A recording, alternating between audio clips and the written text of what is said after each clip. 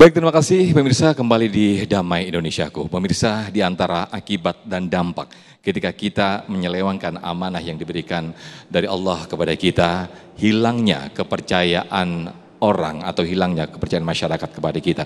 Dan tentunya akibat yang lebih besar, azab dari Allah Subhanahu wa Ta'ala. Ingin tahu lebih lengkapnya ketika dampak atau akibat ketika kita menyelewengkan sebuah amanah? Insya Allah selengkapnya akan disampaikan oleh guru kita, Kiai Haji Khalil Nafis. Assalamualaikum warahmatullahi wabarakatuh.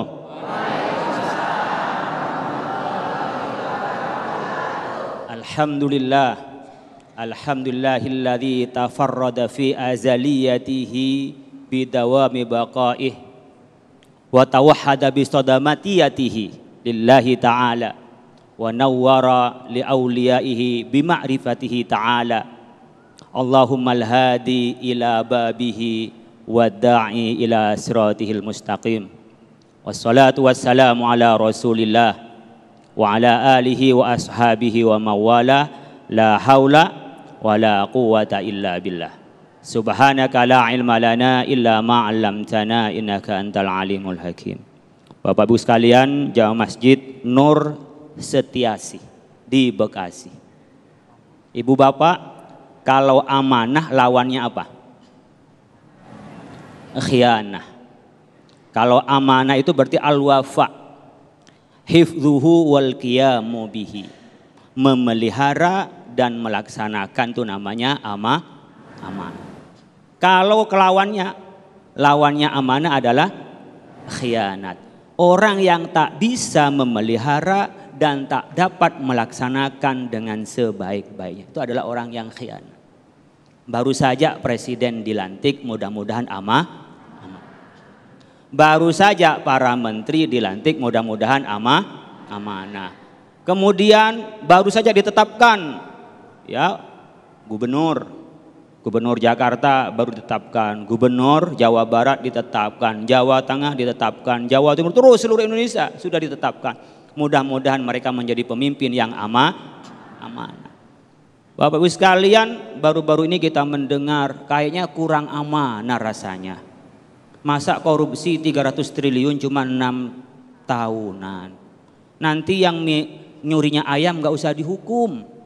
Tadi ada yang cerita ke saya, kalau saya Pak dihukum 6 tahun dapat 300 triliun, saya nyolong tiap hari Pak. Kenapa? Pas pulang ke rumah masih kaya. Saya khawatir di sini ada yang mau, tapi mau korupsi di mana? Nggak punya jabatan kok mau korupsi. Yang bisa korupsi itu kalau punya kewenangan. Yang nggak punya kewenangan nggak bisa korupsi. Tapi ingat ibu bapak sekalian, ketika khianat itu tak akan pernah masuk surga.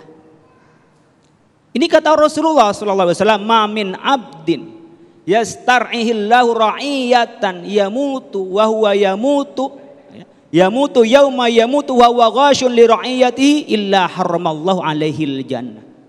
Kalau ada orang diberi kewenangan untuk lebih banyak kepada rakyat, kemudian mati sementara dia dalam keadaan curang, berkhianat, maka tak akan pernah mencium bau surga. Enggak pernah masuk surga. Ibu bapak hidup di dunia berapa lama? Enggak tahu. A'maru ummati baina sittin wa sab'in. Umur umat Nabi Muhammad antara 60 sampai 70 tahun. Yang sekarang umur 60, tahun depan insya ya. Ketawa alhamdulillah, ini orang-orang yang diingatkan mati kemudian ketawa, dia merasakan sudah melihat pintu surga. Karena orang yang melihat mau mati masuk neraka bingung dia, waduh menyedihkan. Tapi ini jamaah Masjid Nur Asyati ternyata Setiasi, malah dia ngomongin mati ketawa semua. Kayak udah mau nazak dicabut nyawanya. Jadi ingat Bapak sekalian, bahaya orang yang berkhianat. Dalam Al-Quran Allah menggambarkan tentang perempuan yang berkhianat. Kok perempuan aja Pak, kok nggak laki-laki gitu ya. Laki-laki juga ada Bu, Fir'aun itu juga khianat ya. Cuma saya ingin bercerita tentang khianat di dalam agama dan terjadi di dalam keluarga. Karena seringkali kita mengatakan, ngapain sih Ustadz Khalil ceramah kemana-mana, anaknya nggak diatur, istrinya nggak diatur. Bisa jadi ibu kiai istrinya nggak bisa diatur, nabi istrinya nggak diatur. Sebutkan daraballahu masalan lilladzina kafaru imra'ata Nuh wa imra'ata Lut kanata tahta abdaini min ibadina salihaini fa khanatahuma falam yaghniya anhuma minallahi syai'an wa qilat khulan nar ma'ad dakhil. Digambarkan tentang dua sosok istri Nabi Nuh dan Nabi Lut. Nabi Nuh dakwahnya 950 tahun. Berapa? Siapa yang ingin hidup 950 tahun? Itu sudah nggak bisa turun dari ranjang, nggak bisa turun dari tempat tidur. Jangankan sampai 990 tahun aja itu sudah nggak bisa.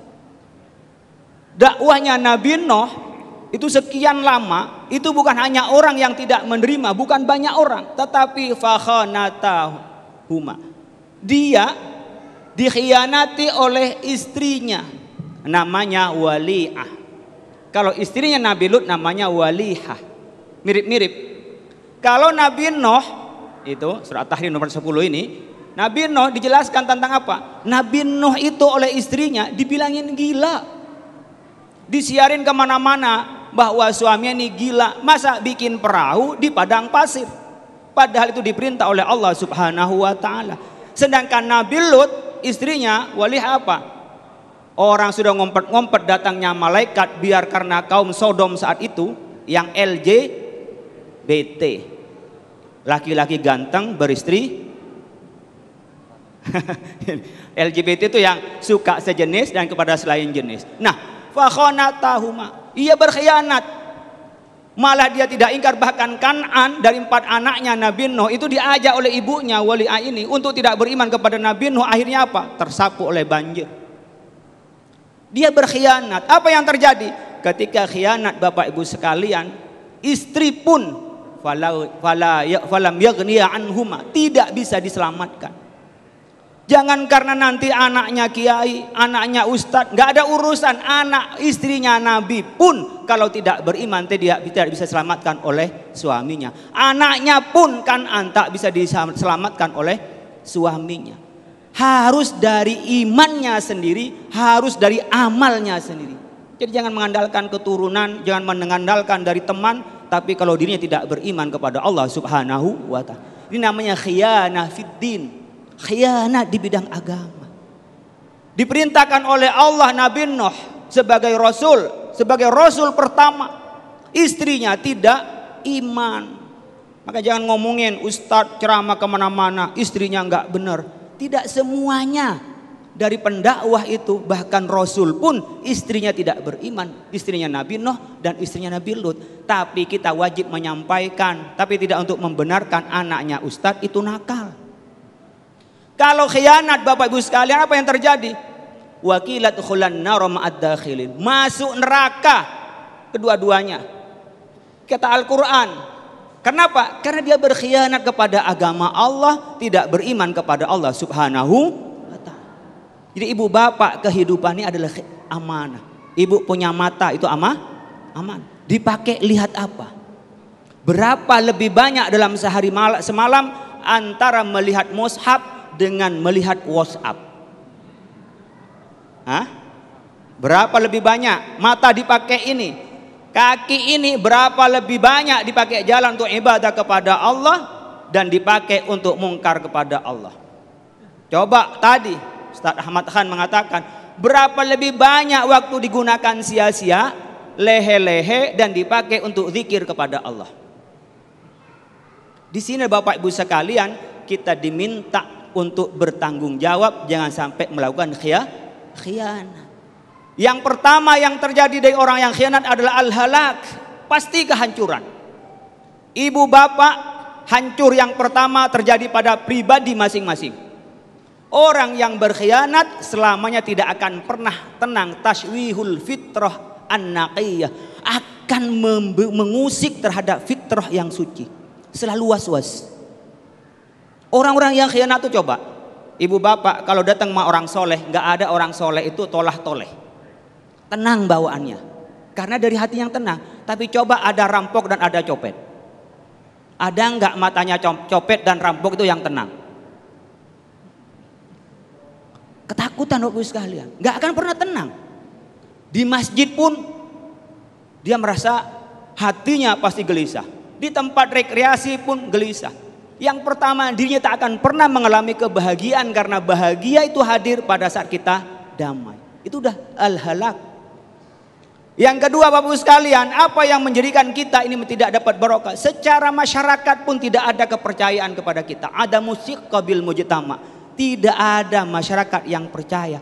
Kalau kita sudah tidak dipercaya Bapak Ibu sekalian, hidup akan lebih sempit daripada lubang biawak. Ke sana orang mencibir nggak percaya, ke situ orang tidak percaya. Jangankan dia itu mau memimpin, mau duduk bersebelahan saja kita sudah nggak percaya. Apa nanti dicopet? Ya, dia pasrahin tentang amanah. Ini tolong pegangin duit, jangan kalau dia hilang nanti. Udah nggak ada amanah. Ada dia pun kita gelisah. Bagaimana rasanya Bapak Ibu sekalian kalau kita di tengah-tengah masyarakat tidak ada masyarakat yang percaya kepada kita? Kalau kita khianah. Sebaliknya kalau orang amanah Bapak Ibu sekalian kemana-mana tenang. Saya nggak ada yang kenal ya dengan Masjid Nur Setiasi. Tapi ketika kita ketemu, alhamdulillah dia percaya ke saya. Sudah ngerti kalau saya ustadz. Tahu kalau siang itu lapar, langsung disiapin makan. Ini belum makan ya? Saya sudah alhamdulillah. Karena saya dipercaya mungkin seperti itu. Nanti kita lanjutkan di episode berikutnya. Baik, Masya Allah, tabarakallah, terima kasih Kiai Haji Khalil Nafis yang melengkapi sebuah tema yang sangat menarik ini, yaitu iman dan amal. Itulah yang harus kita pupuk kuat-kuat di dalam hati kita ketika kita mendapatkan sebuah amanah. Maka insya Allah ketika kita memupuk kuat-kuat iman dan amal, insya Allah akan dijauhkan dari hal yang menyelewengkan atau mengkhianati sebuah amanah. Nah pemirsa, kita akan bahas lebih dalam lagi di sesi tanya jawab. Tapi sebelumnya guru kita Ustadz Ahmad Khan sudah bersiap-siap untuk berbagi berkah bersama Luwak White Coffee.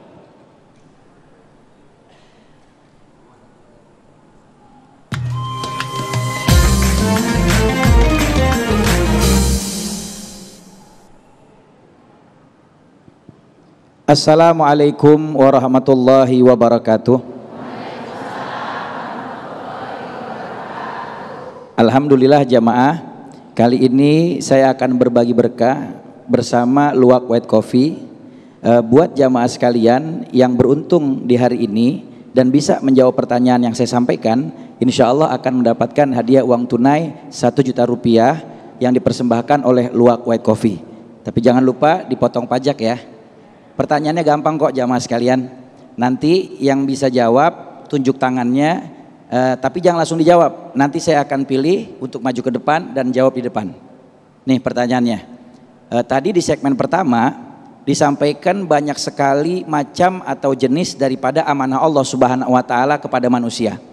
Saya minta dari semua amanah itu tolong sebutkan 3 saja amanah Allah Subhanahu wa taala kepada manusia. Ayo angkat tangan. Yang ini. Ayo silakan. Maju banyak ke depan.